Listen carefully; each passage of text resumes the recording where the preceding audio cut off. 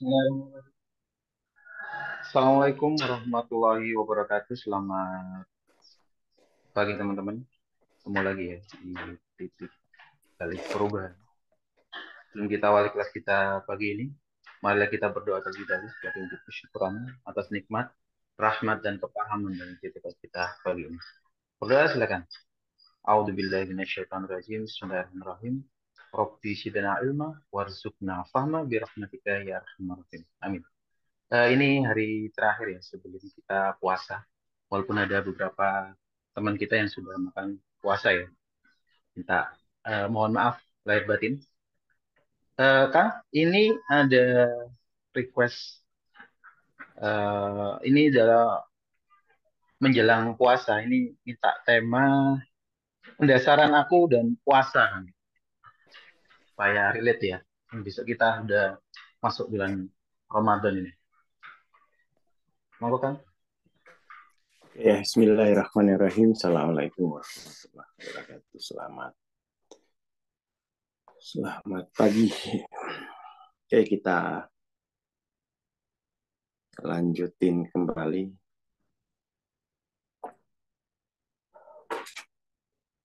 program kita ya.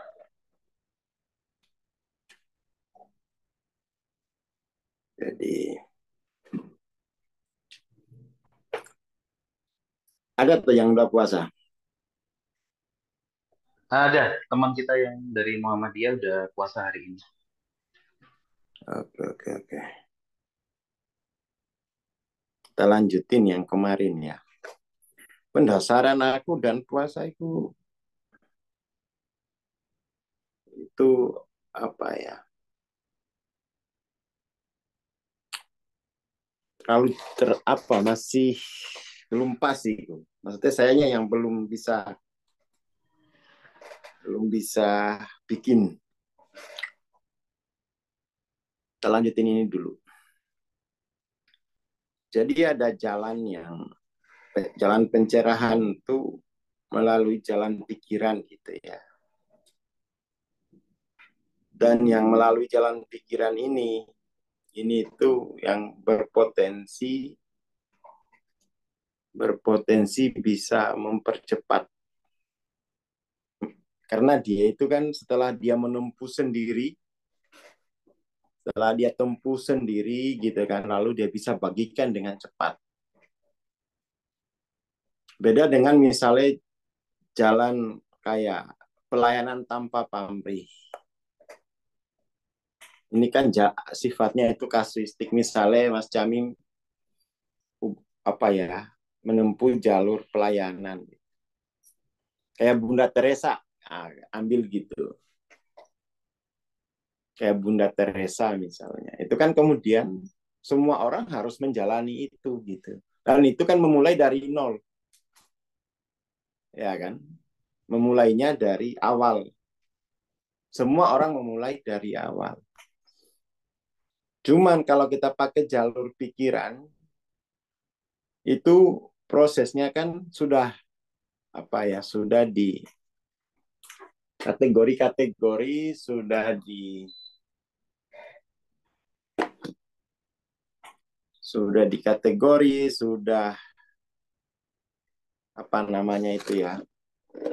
dibahasakan gitu loh.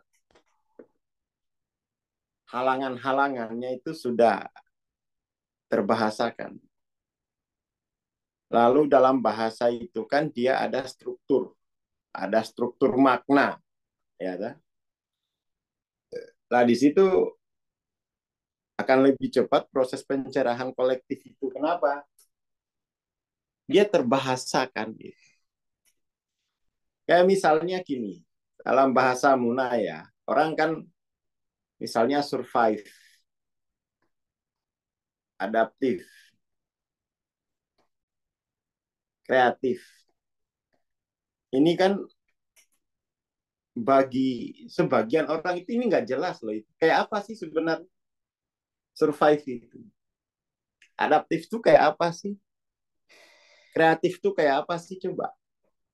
Tapi kalau karena sudah dibahasakan dalam bahasa Muna, survive itu dia Jadi jelas secara budaya di Tanggono. Di Tanggono tuh gini,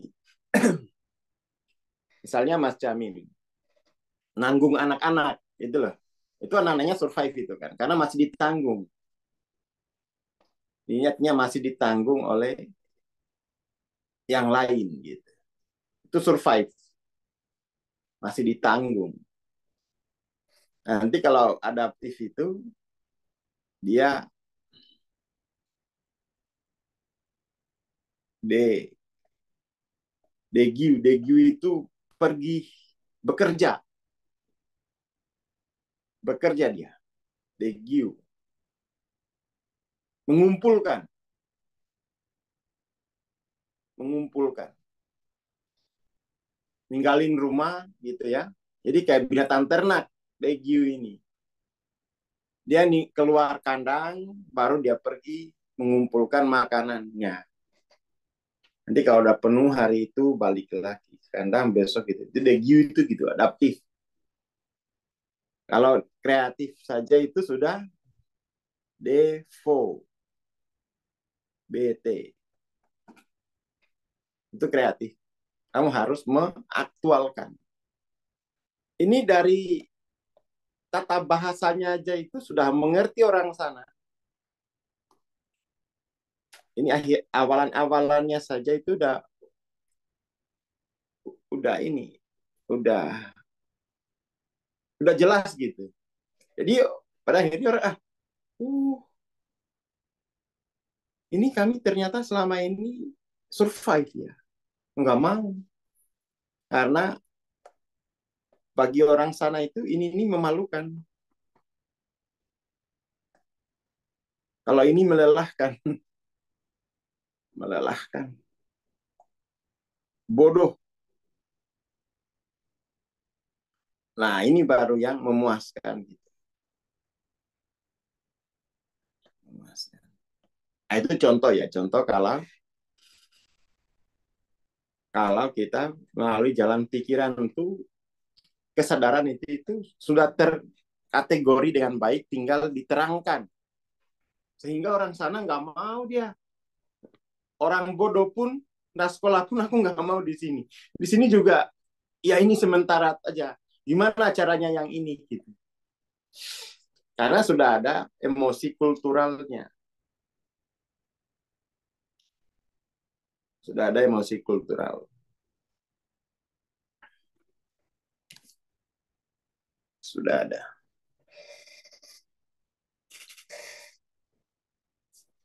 Jadi lebih mudah dipahami. Apalagi jadi satu kaum cukup satu orang itu yang belajar pada mulanya, lalu yang satu orang yang belajar ini pulang mengajar. Akhirnya nanti terjadi ledakan pencerahan. Tapi kalau misalnya pelayanan tanpa pamrih, ya semua harus begitu. Baru bisa pencerahan. Kayak misalnya para nabi itu, karena para nabi aja dulu yang dididik langsung oleh Tuhan gitu kan. Lalu dituliskan wahyu. Nah, wahyu itu disebar sampai sekarang. Awet menjadi panduan untuk pencerahan gitu. Nah, itu kalau melalui jalan pikiran. Bisa ditulis, bisa didistribusikan, lalu hanya membutuhkan satu orang saja. Untuk pada awalnya satu orang sebagai pengajar yang memahamkan emosi kultural dari kata-kata yang ada di kitab itu. Lalu seluruh kaumnya itu akan menikmati percepatan gitu. Akan menikmati percepatan. Kayak gitu.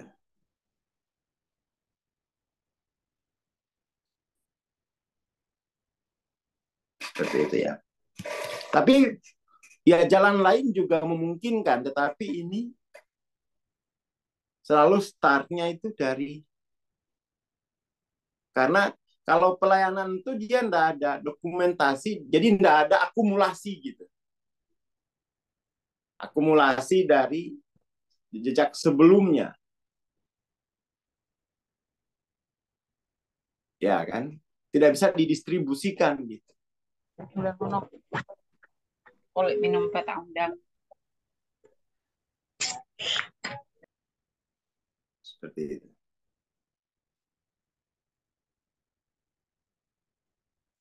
Nah, kalau misalnya melalui jalan pikiran, kita akhirnya tuh langsung belajar intinya. Apa intinya? Nature of self. Kan langsung ke sini, langsung mulai di sini. Nature of self. Apa nature of self?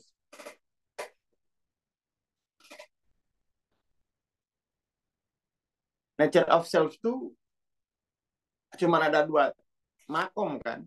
S besar, S kecil. Kalau S kecil itu ketidaksadaran, ketidak berpengetahuan gitu. S kecil ini aku itu belum berpengetahuan pada dirinya. Ketaksadaran, kalau bahasanya Freud begitu. Tapi kalau bahasa di kampung itu dia tidak mengenal ketidaksadaran. Bukan ketidaksadaran lah bahasanya, tetapi ketak berpengetahuanan. S besar itu adalah sudah berpengetahuan. Ketak berpengetahuanan.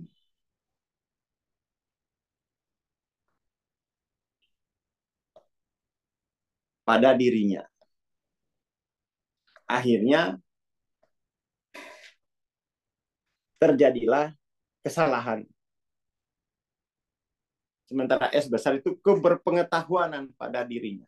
Knowingness. Nah, berarti kan ini kalau bahasa Inggris itu unknown. Kalau ini sudah knowing. Pada dirinya. Itu makanya disebutnya sini pandehauto gitu. Dia sudah mengetahui dirinya. Dan sekali dia mengetahui dirinya, dia tidak akan pernah lagi tidak mengetahui dirinya. Jadi untuk mengetahui diri itu kalau bukan berarti jalan lain itu hanya saja kan yang kita lewati ya saya melalui jalur keberpengetahuanan gitu. Artinya melalui jalan pemikiran, melalui kuliah, gitu, melalui ngaji.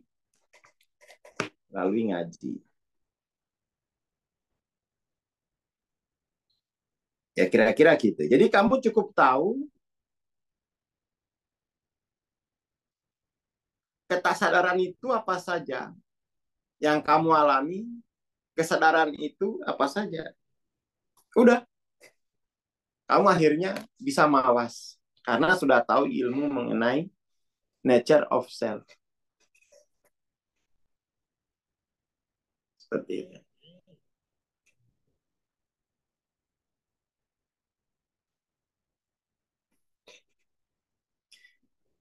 Nah, ini kelekatan pada inti aku itu ego, S kecil adalah keyakinan bahwa dirinya adalah sumber kehidupan.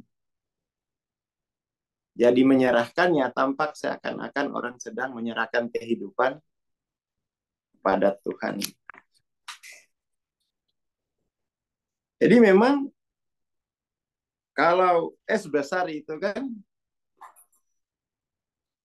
S besar itu kehidupan ini adalah kehendaknya melalui kehadirannya. Atau kehendaknya pada kehadirannya kan. Pada kehadirannya. Kalau S kecil ya kehendakku pada diriku. Kehendakku pada diriku. Kan jauh sekali. Ini adalah ketidakberpengetahuanan. Ini adalah keberpengetahuanan gitu.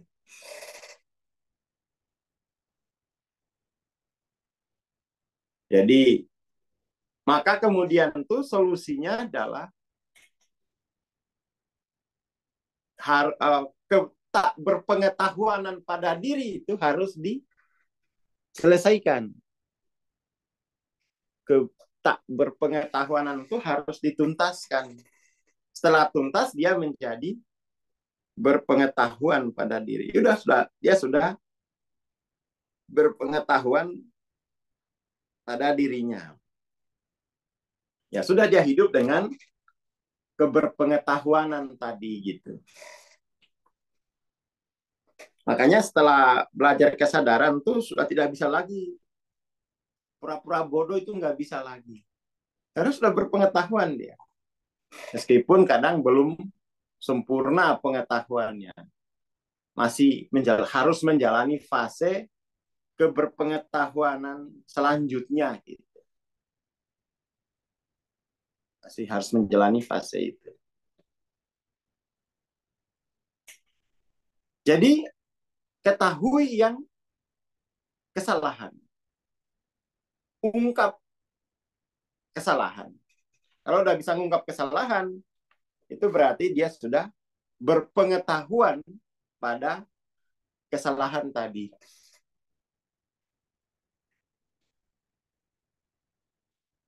Nanti itu kan kita mau bedah bukunya siapa, Mam?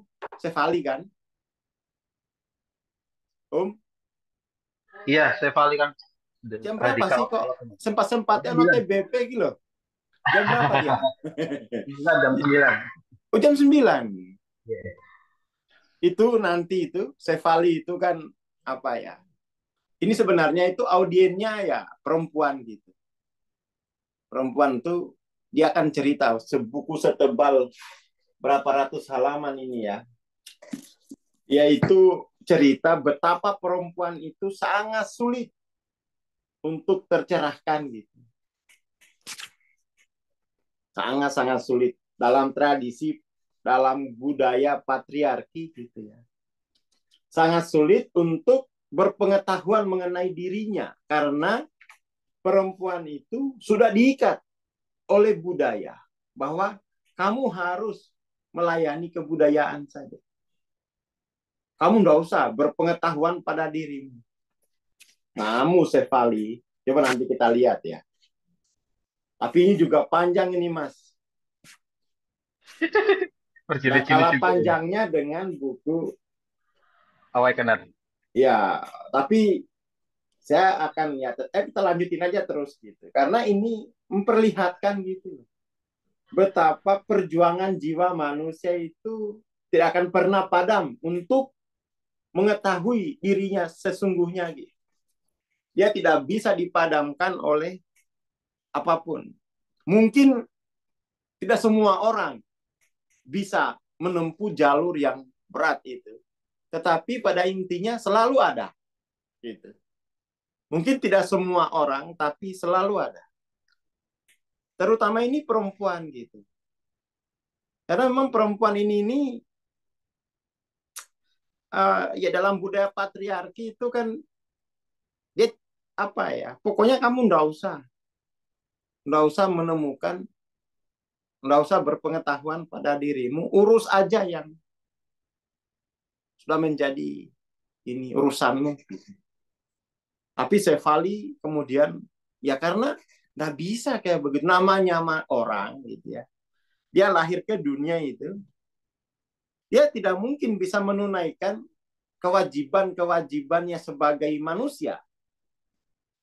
Tidak bisa menunaikan kewajiban-kewajibannya sebagai orang jika pada dirinya sendiri dia tidak mengetahui dirinya, kan gitu.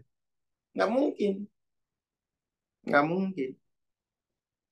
Dia langsung konfrontasi dengan budaya patriarki. Wah, itu keren ya. Kalau di sini kan nggak berani ya. Tapi sekarang ya udah ada yang berani lah.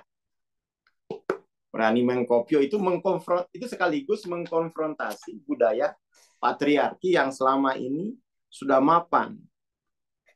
Sudah mapan, diterima begitu saja oleh laki-laki. Penikmat ya. Penikmat budaya patriarki. Ma, kopi ma.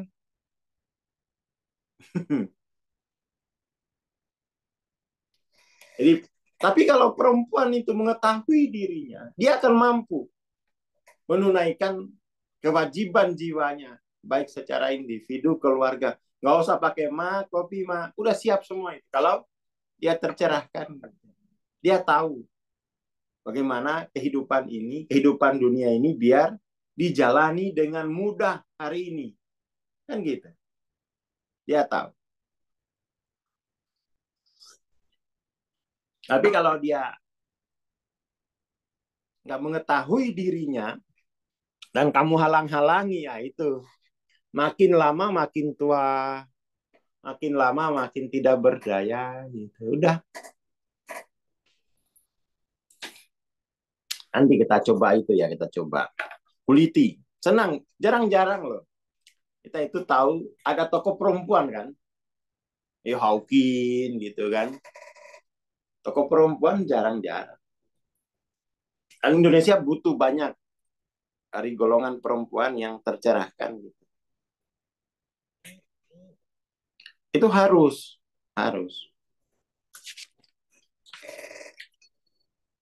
Dan memang itu yang harus dikonfrontasi langsung adalah budaya patriarki.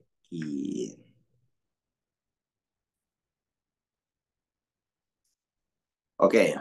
Jadi ya perempuan pun wajib loh mengetahui nature of self-nya.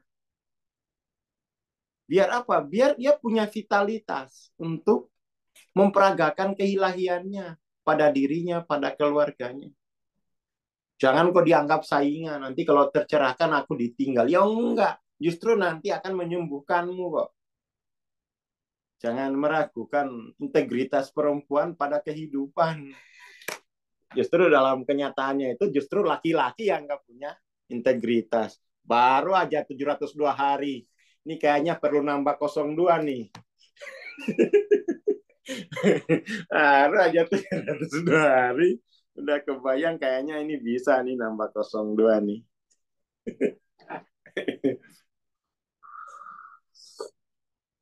Gitu Mas Imam. Jadi nggak usah takut kalau Mbak Sri tercerahkan. Soal integritas pada kehidupan perempuan itu sudah melalui proses kehamilan gitu kan. Dia mampu menerima dirimu itu udah integritas terhadap kehidupan gitu. 02 gas. Nah, tuh kan. Baru aja. Udah 02. Gitu.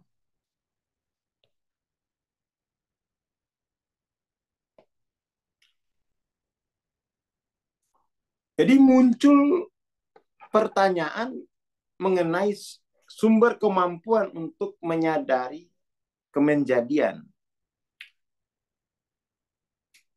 Dan apakah kualitas seperti itu adalah bawaan atau ditimpahkan oleh anggapan paradigma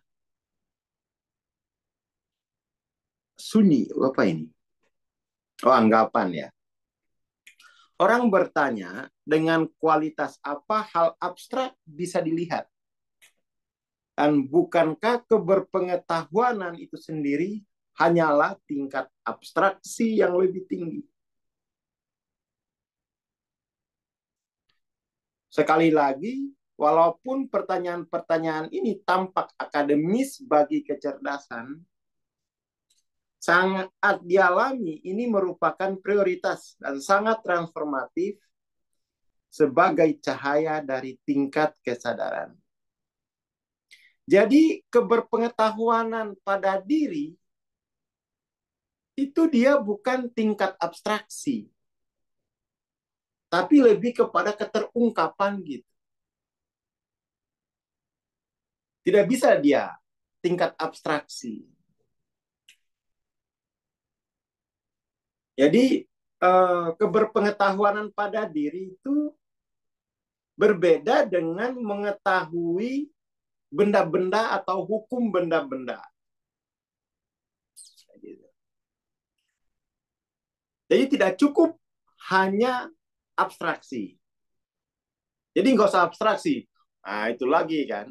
Abstraksi aja nggak cukup kok. Malah kamu mau menghindari abstraksi. Jadi abstraksi itu adalah tangga sebelum keberpengetahuanan yang bersifat kehadiran. Jadi mengetahui diri itu berarti mengetahui atau hadir pada kebenaran. Hadir pada kebenaran. Bukan mengabstraksi, bukan abstraksi. Nanti setelah bisa hadir pada kebenaran, baru nanti dia bisa abstraksi.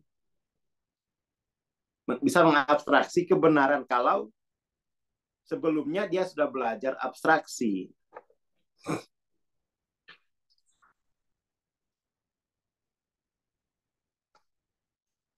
Kayak gitu.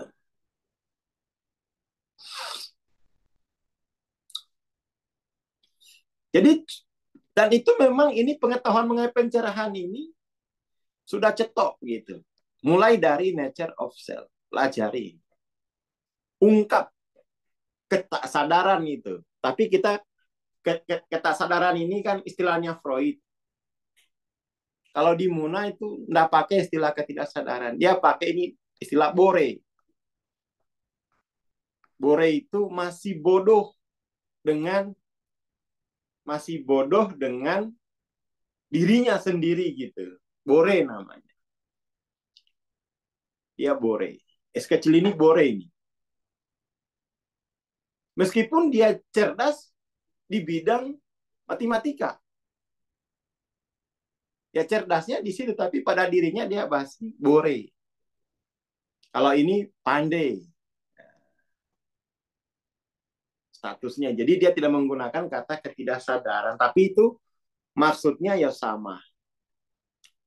Maksudnya sama.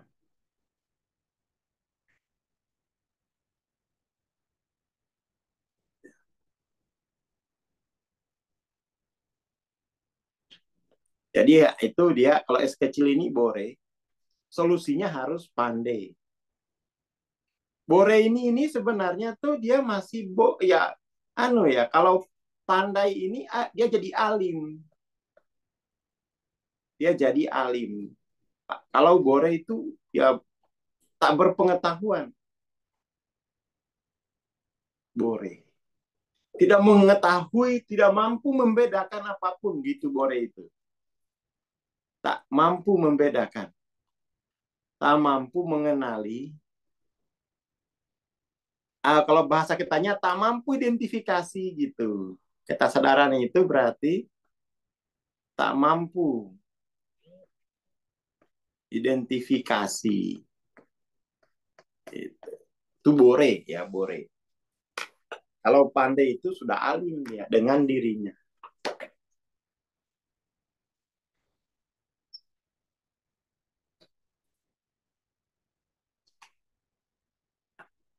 Gitu.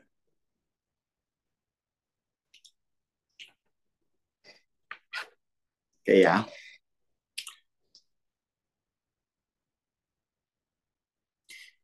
Pada tingkat tertinggi jadi gini, intelektual itu nanti pada akhirnya kalau sudah sampai di atas, Hawking mengistilahkannya sebagai awan gitu. Ya kan di sini. Di sini. Ini kata pencerahan. Ya ini kalau sudah ini intelek. Ini dia pencerahan. Ya, kalau dari atas ini memang jadi hambatan bagi yang bawah. Tapi kalau dilihat positif tuh, ini batu loncatan gitu loh. Tapi kalau hanya tertahan di intelek, itu jadi hambatan. Terjadi hambatan.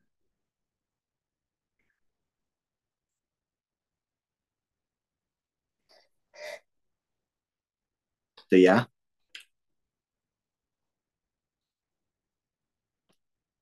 Nah, ini jadi sekarang itu kita ngebahas pendasaran tuh gampang lah. Gampang. Jadi Yang dibutuhkan untuk mengetahui diri itu ya harus dimentori yang sudah tahu. Kalau belum tahu ya nggak bisa. Nggak bisa. Kalau sudah tahu ya sudah tahu aja. Sekali kamu tahu nggak bisa kamu tidak tahu lagi gitu. Fase ketidaktahuan itu sudah selesai. Sebenarnya lebih pada fase ketidakmampuan untuk tahu gitu. Awalnya, lalu pada akhirnya ketidakmauan untuk tahu. Awalnya itu kan ketidakmampuan untuk tahu. Lama-lama menjadi ketidakmauan untuk tahu. Ayo selesai. Selesai. Selesai. Seperti itu. Dan memang ini pengetahuan mengenai nature of self ini kan yang pengetahuan ini kan yang hilang. Yang hilang. Kok bisa orang beragama tidak membahas ini? Ya kan? Kok bisa tidak membahas nature of self? Gitu tuh. Padahal ini kan yang paling pokok. Hal yang apa namanya? Yang paling pokok. Kok bisa tidak ada tradisi untuk Pandehowuto itu gitu loh. Kok bisa tidak ada tradisi itu di dalam masyarakat beragama? Lalu kok beragama itu untuk apa? Tentu untuk sisi yang lain kan. Jadi di sana itu dia ada dua kecerdasan. Orang yang beragama itu dia harus punya dua kecerdasan. Ya kan? Pande dan kolalo gitu. Kolalo. Kalau orang yang tidak kolalo itu lolu. Orang lolu itu gini. Lolu itu sebenarnya akibat dari bore. Karena dia bore nanti dia lolu tuh. Lolu itu dia merasa bahwa dia adalah orang yang berbeda dengan orang yang lain, lolu tuh. Terfragmentasi akunya pada orang gitu kan. Jadi lolu. Sudah bore lolu.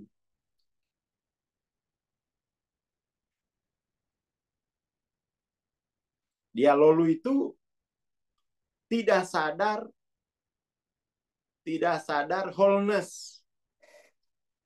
Bahwa seluruh manusia itu adalah sisi-sisi manusiawinya sendiri. Itu lolu itu. Cerdasan sosial kan. Jadi kalau lolu ini dia orang yang menipu orang lain, itu lolu itu. Dirinya sendiri kok ditipunya. Kan gitu. Itu lolu. Ya, jadi kombinasi antara satu ini aspeknya pada keilahiannya, satu ini dampaknya ke sosial. Jadi lolu dia. Dia merasa dirinya itu bukan, atau dia merasa orang lain itu bukan sisi-sisi dari kemanusiaannya sendiri. Itu lolu tuh. Itu lolu. Itu lolu. Berkonflik dengan orang lain itu lolu. Itu lolu. Jadi kalau dilihat di Muna gitu ya, orang tua Muna lihat para politisi itu lolu semua itu. Masih bertengkar dengan orang lain itu lolu. Walaupun profesor, tetap saja dia lolu. Karena masih menyerang sisi-sisi manusiawinya sendiri. Itu tetap lolu itu. Berarti itu ciri dia masih bore dengan dirinya gitu. Meskipun profesor. Ada lagi lolu kondu. Wah, kondu itu udah lolu kondu lagi. Kalau di negara kami ada kondu. Kalau kondu itu kelapa yang sudah dimakan apa itu? Udah ditupai ya. no kondumo, tidak ada isinya. Jadi kata kolalo itu adalah syarat untuk menjadi masyarakat dimensi kelima. Kecerdasan dimensi kelima itu kan dia kolalo. No kolalo. Dia sudah mampu memahami bahwa dirinya, orang sebagai orang, itu adalah bagian dari keseluruhan orang gitu. Makanya di sana orang itu polos-polos aslinya. Polos. Ya cuman masih bore ya akhirnya juga ya nggak punya vitalitas. Nggak punya vitalitas. Nah ini ya, ini Barat itu sudah mulai mengkritisi. Pertanyaannya bukanlah agama atau bukan. Kalau kita persempit, pertanyaannya bukanlah toriko atau bukan. Maksudnya sebagai kelompok. Melainkan jenis agama yang mana. Apakah agama yang memajukan perkembangan manusia, yang membuka secara khusus kekuatan-kekuatan manusia, atau agama yang melumpuhkan kekuatan-kekuatan itu. Kalau kita persempit, ya pertanyaannya bukan dia jenis toriko apa bukan, melainkan toriko mana yang memajukan perkembangan manusia, yang membuka secara khusus kekuatan-kekuatan manusia, atau kekuatan-kekuatan itu dilumpuhkan begitu saja. Oh, ini pertanyaan mendalam yang harus direnungkan oleh para ustadz. Harus direnungkan. Dan ini mereka ilmuwan jiwa semua. Ilmuwan jiwa. Nah ini nanti tahun-tahun ke depan tuh rame. Konfrontasi ya. Konfrontasi pemahaman spiritual. Muncul buku-buku kayak begini. Muncul. Biar konfrontasinya bagus, tak kasih kata pengantar yang jelas. Biar jelas medan pertempurannya gitu kan. Konfrontasinya. Tak gariskan dulu. Biar kemudian tuh kita ini kan, kalau ini kan Erich Fromm ini belum tentu sunat apa enggak ini. Ya, tapi pemahaman spiritualnya dia bagus. Dia ilmuwan yang berdedikasi di bidang jiwa. Ada semacam kesombongan di kalangan orang beragama itu. Seolah-olah dia sudah mendalami jiwa. Beragama berarti aku udah tahu tentang jiwa gitu. Oh, itu kesombongan. Kesombongan. Enggak. Belum tentu. Nyatanya, lihat aja. Golongan beragama itu nggak ngerti apa-apa tentang ilmu jiwa. Ya kan? Nggak ngerti apa-apa. Jadi kita jangan sembrono gitu. Kita masih banyak melakukan penyangkalan. Itu pun kita nggak sadar gitu loh. Jadi seolah-olah ini tokoh-tokoh agama itu kalau berbicara tentang agama, itu seolah-olah itu seluruh ilmu jiwa dia sudah kuasai. Padahal, ya ampun, dia tuh masyarakat patologis, agresif. Nah itu tuh hasil, coba.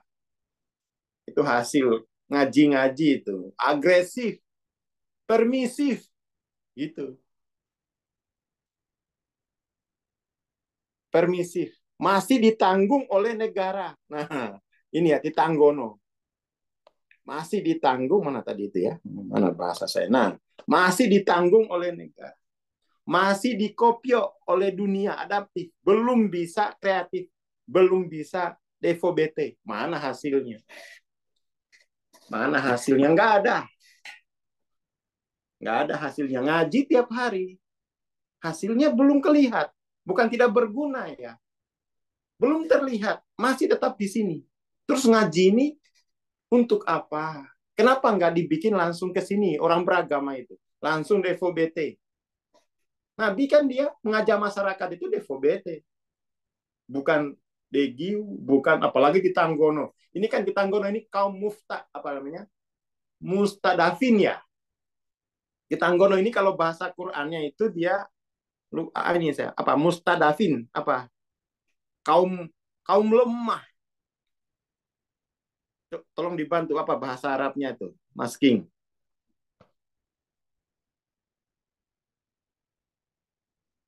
Mana dia? Apa kaum apa namanya? Kisninun. Enggak, ada istilahnya kan di Quran itu kaum mustadafin ya. Kaum mustadafin itu orang beragama kan sekarang termasuk kaum mustadafin itu. Kalau bahasa munanya itu titanggono. Titanggono. Dan itu kalau di kampung tuh ya kecuali anak-anak. Kalau udah ini nggak punya harga diri nih. Kalau masih di Tanggono ini nggak punya harga diri secara sosial.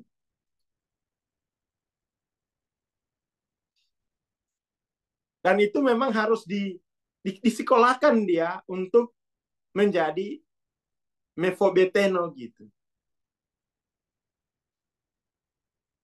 Makanya sekarang tuh sesi transendensinya itu udah nggak sama lagi ya.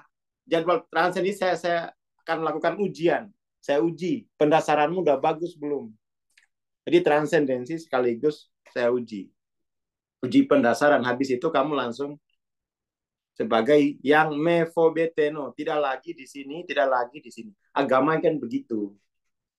Agama yang kita pelajari dari guru kita itu agama yang membebaskan jiwa dari titanggono, dari hal yang memalukan, melelahkan, menuju yang memuaskan. Lah itu baru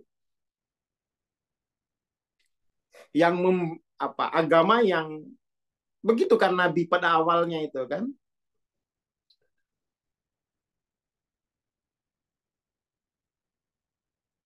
Nah, disubsidi, nah ada para biul nih. Kaum yang disubsidi. Sekarang orang Islam hari ini kan utang negara itu kan utang untuk siapa itu coba? Utang untuk orang Islam. Lalu datang ideologi internasional. Mari kita bikin negara Islam. Ngawur, sembuhin dulu itu loh. Kamu nggak usah punya punya ambisi politik.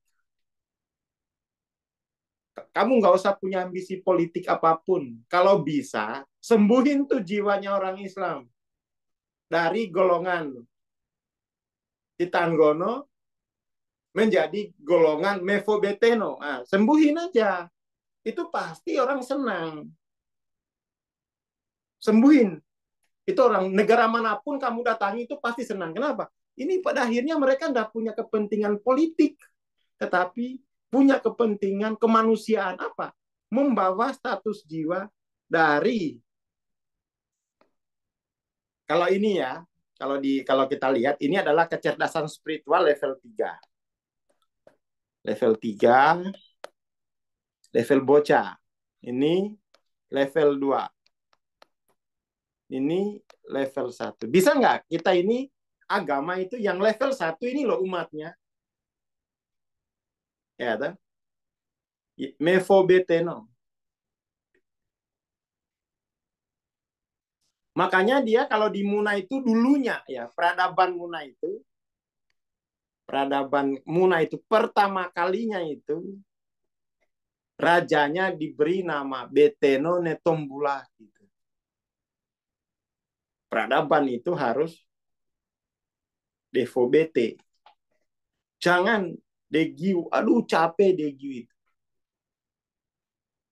Kalau di Tanggono, memalukan. Secara budaya di sana itu langsung, nggak mau lagi saya. Nggak mau. Ya nggak mau. Ini semalam saya ceritain sama Pak Kades ini. Masyarakatmu jangan kamu coba-coba kamu andalin dana desa untuk mereka. Jangan kamu membunuh mereka. Jangan. Jangan juga itu degiu, jangan. Orang Muna itu sejak awal peradabannya dia adalah peradaban yang beteno, netombula gitu. Dimulai dari devo bete gitu. Jangan bawa orang Muna pada neraka dunia. Apa itu? Ini loh, DGU level 3, level 2 ini. Orang Muna itu dia level 1, kecerdasannya. Pulihkan. Wah, ini jadi agenda politik. Agenda politik kultural. Orang beragama kok. Penerima subsidi. Ya kalau pertama-tama kan nggak apa-apa ya. Seumur hidup loh. Dari zaman Baheula. Gitu. Ya ini kepala desanya udah tak panggil ini. Udah dipanggil. Dah. Jangan pernah bawa orang Muna ke neraka dunia. Jangan jebak mental mereka di sini. Bawa mereka ke adat leluhurnya sebagai Mefobeteno. Gitu. Peradaban Muna itu dia dimulai dari raja dengan gelar Beteno Netombula. Gitu. Jangan dihilangkan itu. Dia adalah contoh masyarakat dengan sebagai Mefobeteno. Wah, semangat ini. Lapor Bupati, mari kita kembali ke tradisi kita sebagai orang Muna. Kalau ilmu, nggak usah takut. Saya tulisin. Itu. Nggak usah takut dengan nggak punya ilmu. Enggak. Barat ini dia ilmu untuk Degiu saja ini. Adaptif. Kagiuha. Tapi tidak sebagai Devo BT. Nah, mestinya itu ya, saya itu berharap gitu ya. Kelompok-kelompok agama, terserahlah agama manapun gitu. Terserah itu, saya tidak punya kepentingan apapun jenis agama. Yang penting tuh jiwanya. Jangan titanggono, jangan gumiuno, tetapi mefobeteno gitu loh. Khalifatul fil art itu mefobeteno dia. Mefobeteno. Bukan yang bekerja. Yang bekerja itu biarin robot gitu. Mefobeteno. Ini nanti Muna ini udah. Jadi kita PCI udah mulai ngurus kota, pejabat-pejabat panggil dulu. Kamu orang Muna bukan? Orang Muna jangan. Kamu nggak ngerti tentang Muna. Muna itu adalah sebuah peradaban yang peradabannya dimulai dengan raja pertama dengan gelar Beteno gitu. Beteno. Jadi harapannya itu komunitas apapun lah ya. Ini harta habis, jiwa masih survive. Harta habis, jiwa masih adaptif. Contohnya ya orang kuliah itu. Kan harta habis tuh, sawah dijual, mobil dijual, pensiunan dijual kan. Tapi jiwa belum mampu, devo bete. Itu bagi orang Muna, tidak menyala bangku.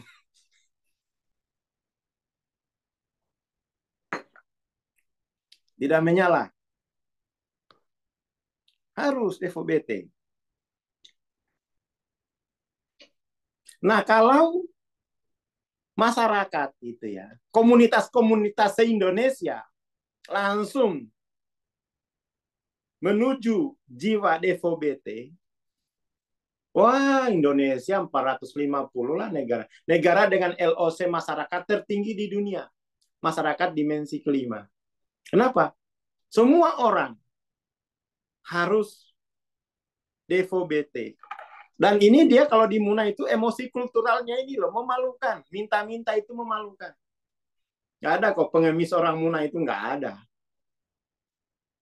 Nggak ada pengemis. Memalukan secara kultural itu nggak boleh, nggak boleh. Mendingan kagiu. Ada istilah itu. Kalau minta-minta itu kita bilang kagiu. Kamu pergi ke sini kalau gitu. Pergi bekerja, jangan minta-minta. Ya kan? Tapi sebenarnya yang ideal tuh di sini orang Munafik. Dan seluruh manusia saya kira ya. Bukan hanya orang Munafik, ini kan hanya apa namanya itu gaya bahasa gitu ya.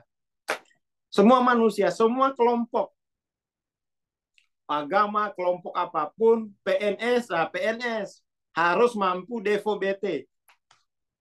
Kalau enggak kalah sama pisang. Pisang itu aja dia harus Nevo BT dulu baru meninggal kan. Kalah sama pisang.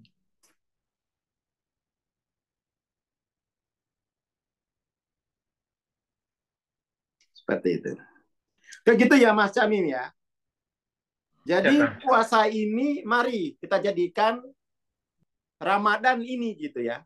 Ramadan ya. Jangan Ramadan. Ramadan itu logatnya orang sana. Ramadan. Sebagai titik tolak untuk melampaui nature jiwa Titanggono, nature jiwa Gumiuno,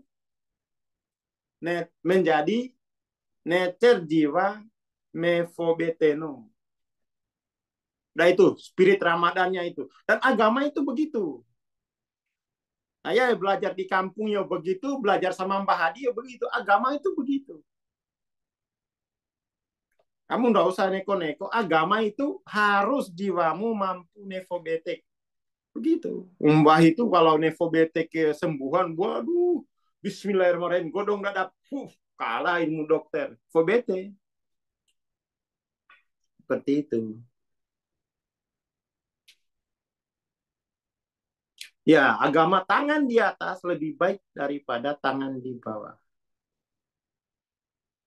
Semua, ya agama apapun sekolah, inilah kebermaknaan diri itu kalau dia, aku ini mampu. Nevo BT gitu. Mampu. Berharga tuh di situ. Kalau kerja ini, wah disindir ini. Wah, kayak binatang ternak ya. Melelahkan.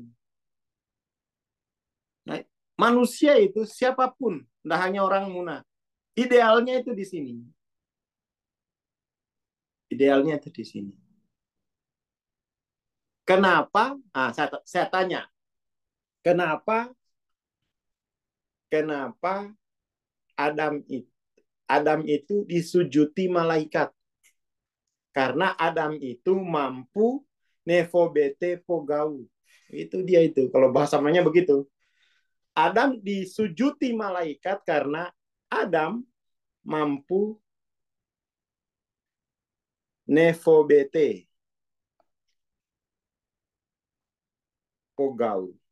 Adam tuh mampu mengungkapkan nama-nama. Itu sujud malaikat.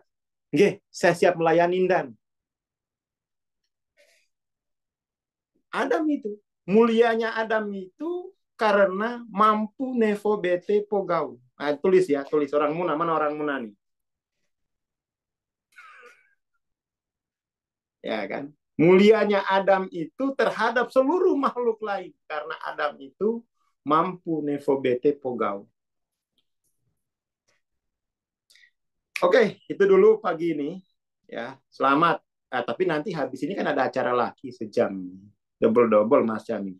Teman-teman kalau mau simak itu ya, perjuangan jiwanya Sefali untuk bisa sampai Nevo BT, kamu jangan lewatin apa itu yang acara nanti.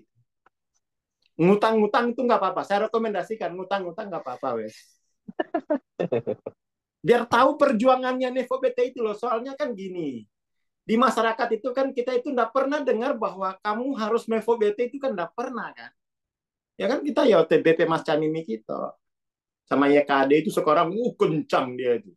FOBT terus. Itu nggak lama-lama tuh bisa jadi masyarakat 400-an tuh. Kalau terus dipertahankan suhu apa? Suhu belajarnya. Suhu belajarnya.